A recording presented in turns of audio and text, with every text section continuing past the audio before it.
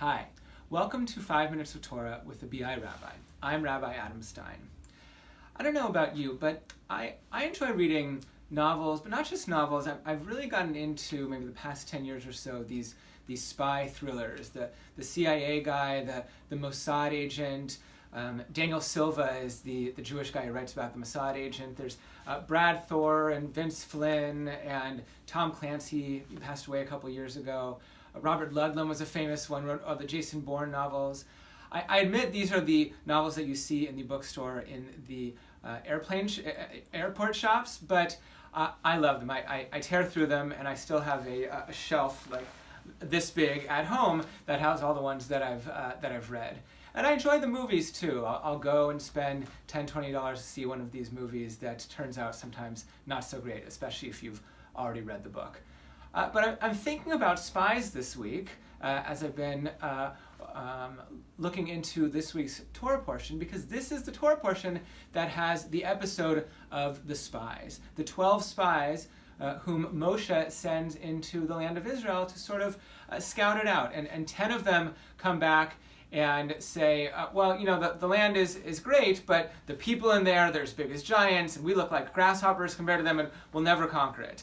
Sort of doubting what God and Moses have been telling them all along, that you'll get to have the land of Israel and inherit it, possess it, conquer it. Now 2 of them come back and say, it's going to be great, we'll conquer the land, but 10 pessimistic spies compared to 2 optimistic ones is not such a good record.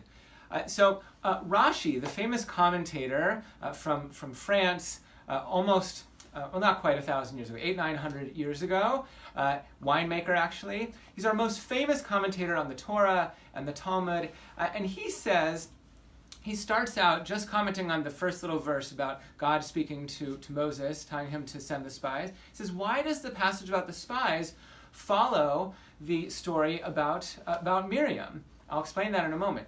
Rashi says she was punished for spreading calumnies about her brother, a gossip, and these wicked men saw it but didn't learn their lesson.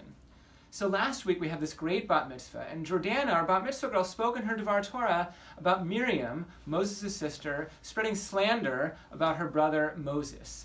And Rashi tells us that the punishment of Miriam, which was these sort of leprosy, snowy white scales on her skin, some sort of skin disease, that punishment that she got, traditionally she got that for the sin of gossip.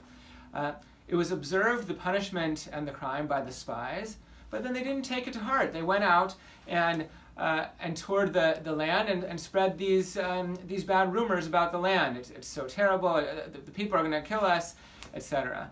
So it's a fascinating point that Rashi brings up, that the negative report that the spies brought back, 10 of them, was actually like gossip, that it was in parallel with Miriam's gossip about her brother.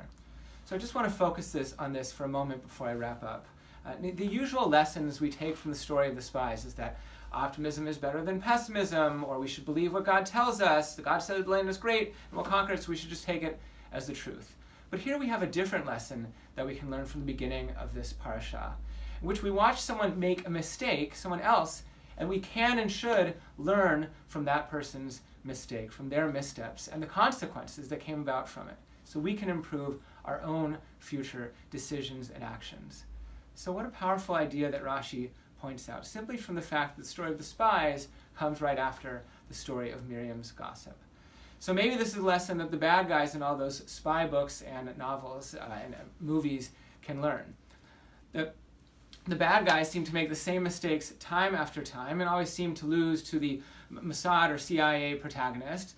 So perhaps the antagonists, those bad guys we love to hate, need to just sit back and watch or read some of those movies or books themselves and to learn a little from their brethren, especially all those bad guys in the 007 James Bond movies.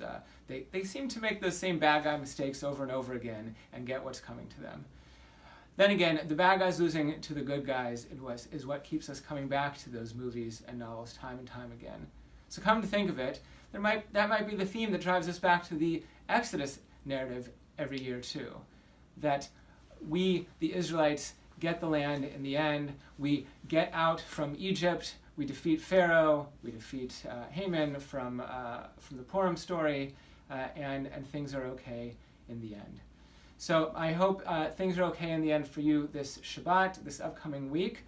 Wish you all a Shabbat Shalom. One announcement I'll put out there. First of all, I know we're coming into summer, but we have programs and things going on still throughout the summer. I'll still be teaching my Tea and Talmud class on Thursday evening, second and fourth Thursday of the month.